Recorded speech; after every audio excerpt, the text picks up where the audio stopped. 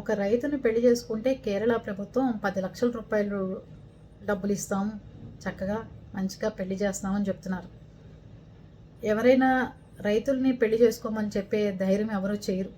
కానీ ఒక రైతు బిడ్డగా ఉన్న ప్రతి మనిషి గర్వంగా చెప్పుకుంటాడు మా నాన్న రైతు అని. తెలుసా?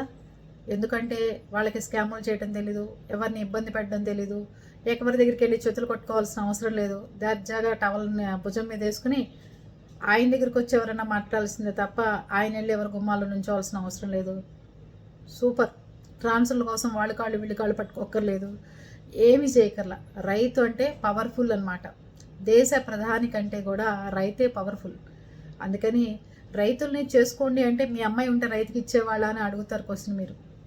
కానీ చదువుకుని మళ్ళీ వెళ్ళి వ్యవసాయం చేసుకునే వాళ్ళు ఉన్నారు, చదువుకుని మళ్ళీ వెళ్ళి రైతులుగా మారిన వాళ్ళు ఉన్నారు. ఫస్ట్ చదివేసుకుని చక్కగా రైతులుగా మారిన వాళ్ళు చాలామంది ఉన్నారు. పెద్ద పెద్ద ఆఫీసర్ల పిల్లలే మళ్ళీ మంచి ఫార్మింగ్ చేద్దామని ఊర్లకు వెళ్ళిపోతున్నారు. అది ఆలోచించండి. నేను ఒక రైతు బిడ్డగా చెప్తున్నాను.